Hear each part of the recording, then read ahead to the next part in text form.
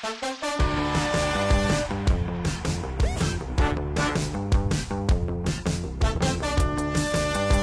got folks coming after me in my party saying, why aren't you endorsing $15 an hour minimum wage nationally?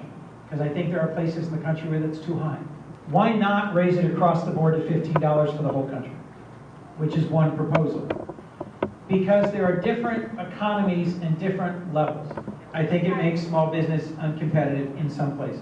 And if you raise the minimum wage in rural Texas or rural Delaware or rural Wisconsin to the same amount that it is in New York City, you're pricing labor out of the market.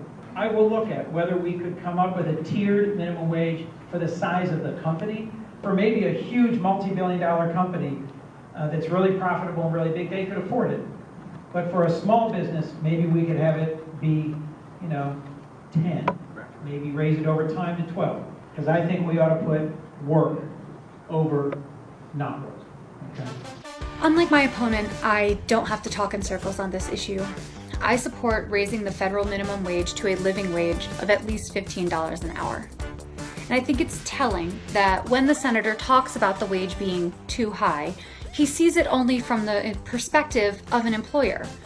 He doesn't acknowledge the struggle of a minimum wage worker at all. And let's be clear about what $15 an hour is.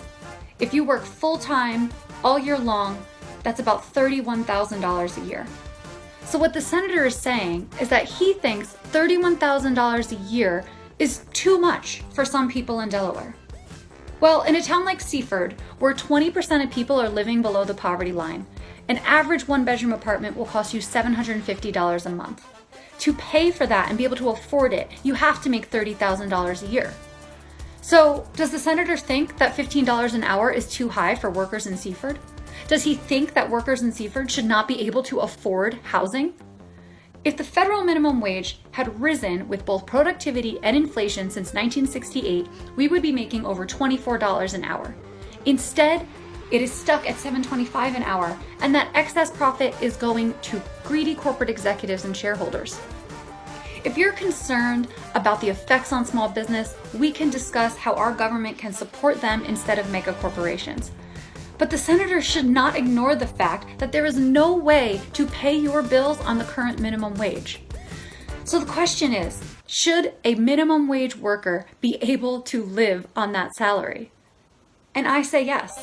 That's why we need to raise the minimum wage to at least $15 an hour and index it to inflation.